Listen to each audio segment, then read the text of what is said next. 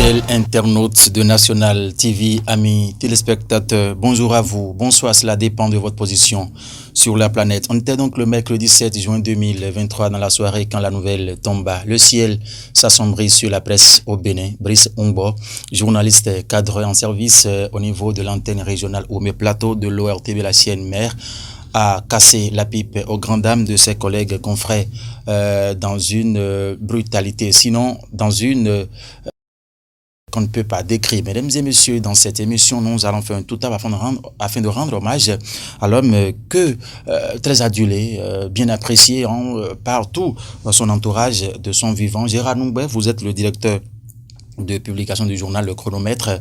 Cette information au soir du mercredi 7 juin, vous l'avez appris aussi. Alors, bonjour, chers confrères, bonjour amis internautes. Je vais vous dire que c'est avec tristesse et mort dans l'âme que nous avons reçu l'information. Je puis te dire que là où je suis jusqu'à maintenant, je ne me retrouve pas encore parce que des derniers échanges avec lui, il n'est pas seulement qu'un confrère, il est un frère, un confident à moi et pour beaucoup de choses, nous nous appelions, même tard dans la nuit, on s'appelle et il me dit je veux faire ceci, je veux faire ça, les difficultés ou tout ce que nous avons pu faire avant qu'il ne construise sa maison pour rejoindre, je me souviens et comment moi-même je me démerdais dans le temps, j'ai vu que son départ, il ne mérite pas de partir maintenant parce qu'il a souffert et on ne peut pas comprendre comment il va partir dans cette façon indescriptible, enfin une mort il n'est pas malade, on s'est retrouvé la veille seulement et le lendemain on apprend sa disparition, c'est triste. C'est triste véritablement. Crévis Soto, c'est vous le rédacteur en chef de la radio Bénin Culture basée à Porto Novo. Cette information aussi triste, vous l'avez aussi appris. Oui, bonjour Mathieu, c'est vrai. Je crois bien que je m'amusais un peu sur mon téléphone quand l'information n'est pas venue. Le téléphone était tombé en même temps parce que si je n'avais pas côtoyé Brice Ongbo, je crois que peut-être je n'aurais pas reçu le choc comme je l'ai reçu hier. Peut-être Dieu faisant ces choses, je me retrouve en plateau avec le confrère en face. Si je me rappelle bien, qu'on avait quand même partagé un plat, la table ensemble quand il y avait quand même un concours, si je me rappelle bien, un concours organisé par un concours culinaire, à la direction de la culture des arts. On a eu à prendre un pot ensemble entre confrères, on se taquinait. C'est ce sourire, c'est ce visage qui m'est revenu en même temps quand l'information est tombée. Combien se taquinait avec Dimido, le chargé de communication. Le point focal du ministère de la Culture, voilà, Jérémy Dimido. Je vous assure que c'était vraiment triste. La mort, parfois, c'est dur, mais on n'y peut rien, que la terre soit légère.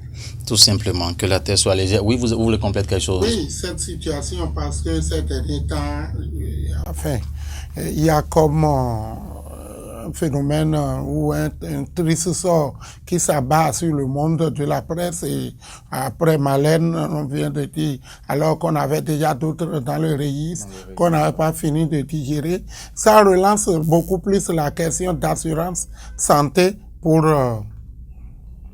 nous, journalistes, qui devraient nous aider en réalité à être permanemment au contact du médecin pour nos soins, pour nos petits soins surtout, et quitte à Dieu maintenant de s'en occuper du reste parce que il y a les guerres de l'ombre que nous ne connaissons pas souvent, nous ne maîtrisons pas souvent dans notre activité. Et c'est pourquoi il est question indubitablement que la question de l'assurance maladie, que l'État avait proposé et que l'UPMB avait initié soit vraiment réactualisé pour nous permettre d'être à l'abri donc du manque de moyens pour de petits soins.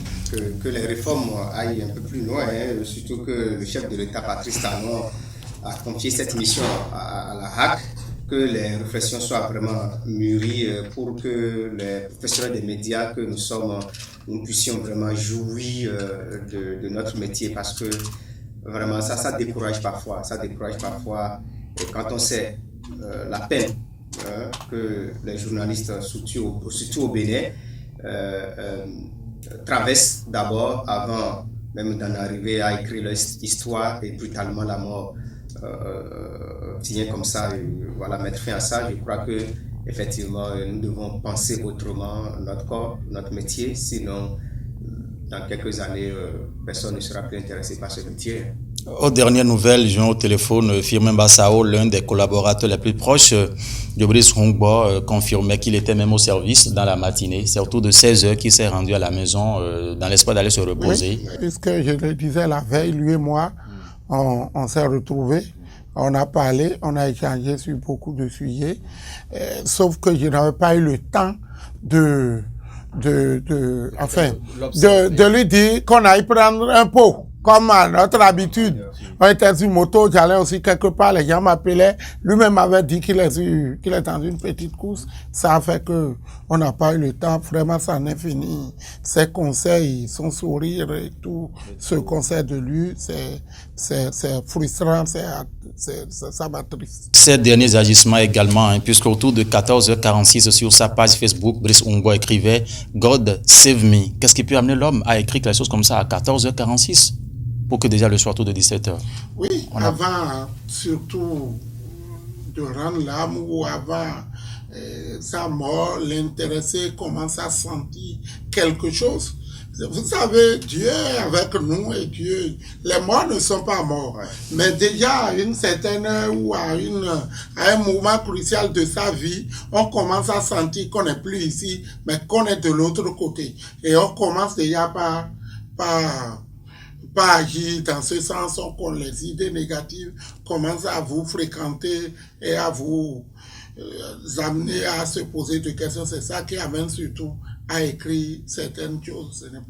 Ce n'est pas un hasard. Non, c'est pas un hasard, et surtout que vous savez, je me rappelle très bien, mon papa, avant de mourir, me disait ceci, que voilà, je pars et je n'ai plus le temps de résoudre les problèmes entre vous, donc désormais prenez-vous en charge.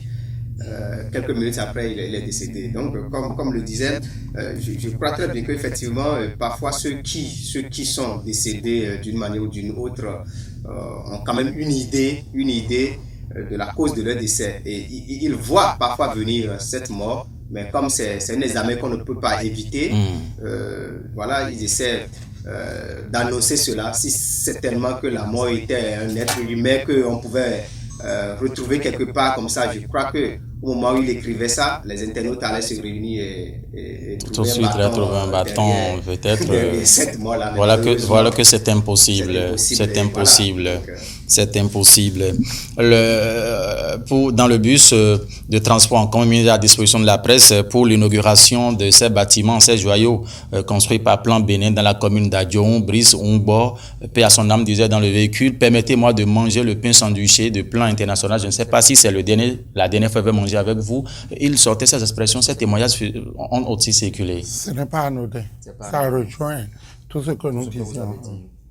Mesdames et messieurs, nous sommes des colibris impuissants face à la mort, mais jamais elle ne pourra atteindre l'amour que nous portons l'un pour l'autre. Brice Ongbo, journaliste cadre, l'ORTB antenne régionale au Plateau, après avoir fait bien évidemment le tour de tout le Bénin pour ce service, a rendu l'âme au soir de ce mercredi 7 juin 2023. Que l'âme de Brice Ongbo repose en paix et que de là-haut, il puisse veiller sur sa progéniture.